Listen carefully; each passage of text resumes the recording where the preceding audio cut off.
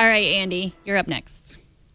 Boy, am I having a lot of fun with this pick. This is Autodesk Fusion 360, which is one of the, not just a really great design app, but it's really one of the best designed apps I've ever seen.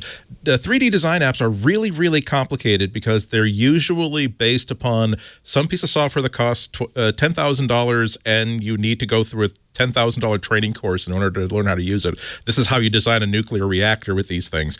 And so they're really not designed to be easy, but they've really managed to get make a generalized app for any sort of physical object that you want to have or have made or just have come out of your head. It's so easy to just conceive it, draw it out, have a perfectly investigated 3D model of it, and then either it ends there because all you wanted to do was just have some fun to see how hard would it be to make a model of my mom's car in this app. But then you could then take the next step and say, well, here's through a drop-down menu, send this design to manufacturing facilities and it will be 3D printed. Or if it's like a wood project, they will laser cut the parts for you and ship them back to you. Or if you need to have like 1,000 of them manufactured, it will be you can have it manufactured, or it'll print out a set of plans and blueprints. There seems to be no end to what you can make with this. I was just messing around with it while I was sick in bed last week, and it's after just messing around for 10 minutes, I suddenly remembered that I've always wanted to make like a little shelving unit to put on top of the table next to me, so I'll have like a rack for all my equipment on it. And then I had the thing done in like less than an hour. And then over the next couple of days, I kept tweaking it and fine-tuning it. And this is not me knowing how to use it the way that an engineer would know how to use it, but just messing around with it. And I now know exactly how it made me inspired to, why don't I try a more complex sort of joinery to make these upright so I can make it simpler? What if I were to adjust the height like that?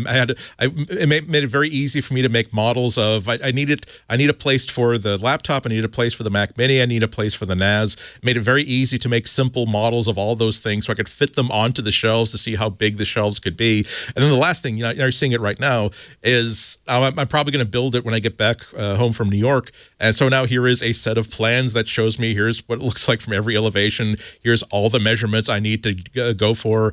Like I said, I'm tempted to not take my MacBook instead of the iPad, because I'm going to be on a train for 3 or 4 hours, because now I want to play with it a little bit more.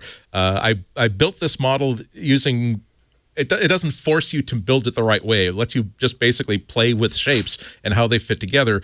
But if you are smart, since I built that, I've been online. They have an immense Autodesk has an immense amount of tutorials on how to use the stuff. I could do things instead of actually putting a piece of wood into that area and then duplicating it and then then just pushing and pulling it around. I could say that instead of this vertical piece of wood is 12 inches, I could say that I could define that as this is the height of the thing I want to make. And then somewhere on another window, there's like a little variable that says, what is the height of this bookshelf? Okay, the height is 12 inches. So that later on, if I've built this correctly, if I decide that actually, I really want to put a second shelf in there so I can have a VCR or some other piece of video equipment, I could just simply say, change that number from 12 inches to 18 inches. And now the entire thing has changed because the length of that piece of wood was not fixed at 12 inches. It was defined at whatever this variable height is. And so you can basically make really huge changes by changing numbers. What I'm saying is that it's really fun to play with, even if you have no intention to build a spaceship or a piece of shelving or anything like that. Sometimes you're sort of turned off by, I don't want to get into sculpting because, I have to get clay, I have to get armature wire. I don't want to really get into like Lego or prop modeling because I can't buy a laser cutter. I can't learn how to work with molds and stuff like that. But if you download this app, which is free for single person use, if you're just someone messing around with it or just a hobbyist, it's absolutely free. If you're using it with your company, then it's on like a monthly license sort of thing. But it's free to download and use the full version of it. you can just sort of just mess around with it, and then you'll be surprised that 2 weeks later you have the perfect version of the Millennium Falcon that you've always just wanted to build. And it's a 3D model. You can have it 3D printed, or you can just have it rendered beautifully and perfectly. It has a built-in renderer that's just absolutely beautiful. And so now you can, if you want the Millennium Falcon in the background of all of your cousin's wedding pictures, you can make a model or download a model of the Millennium Falcon, put it there. The last thing, I'll shut up now because I get this is something I'm getting pretty excited about. Recently, I found out that it also has a built-in link to a tool catalog. It has a built-in link to the whole McMaster car hardware catalog, which is like the biggest hardware store in the world because it's a distributor.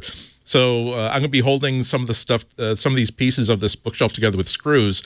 So now I can just basically go through the entire catalog, say, oh, there's a brass Phillips flathead screw, maybe 1.5 inches. And so you tap on that, it will automatically put into your model a 3D model of that exact part. So now I can basically place all the screws where they need to go. I say, oh, no, if it's only 1.5 inches, it won't bite into the other piece of wood, but it needs to be 2 inches.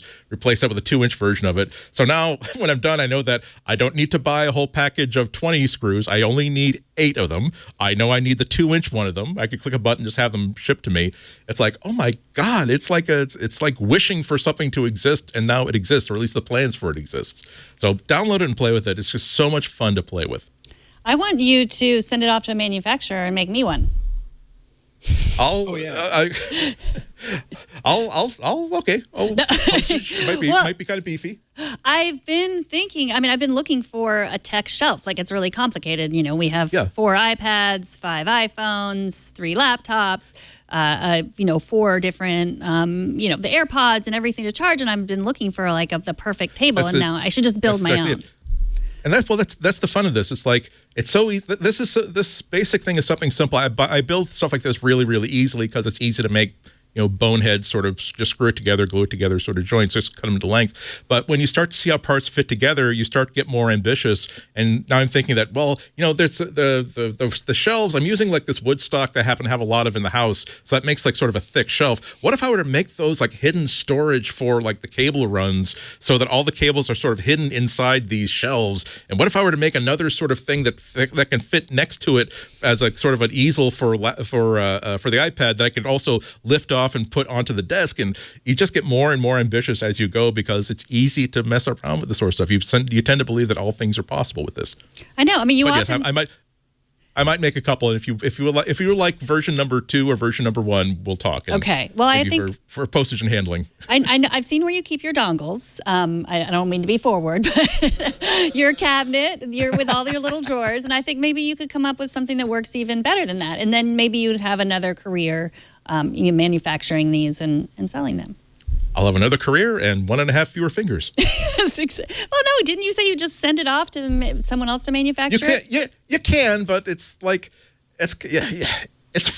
It's right. It's fun to not just the pride of doing it, but when you cut hand cut joints like that, it's fun to just take wood, turn it into sawdust, and then oh my God, these things actually fit together like it's IKEA furniture that's built to be assembled. Mm-hmm. And then you're like, oh, that's nice. And it's fun. Yeah, but when the orders start rolling in, 100, 300 a day, you might have to turn that's when we outsource it to Chinese factories, hopefully one that doesn't pay its labor force as well as Apple does. Right. God, the money they throw away on safety and health and well-being, we can margin up. We can margin way the hell up.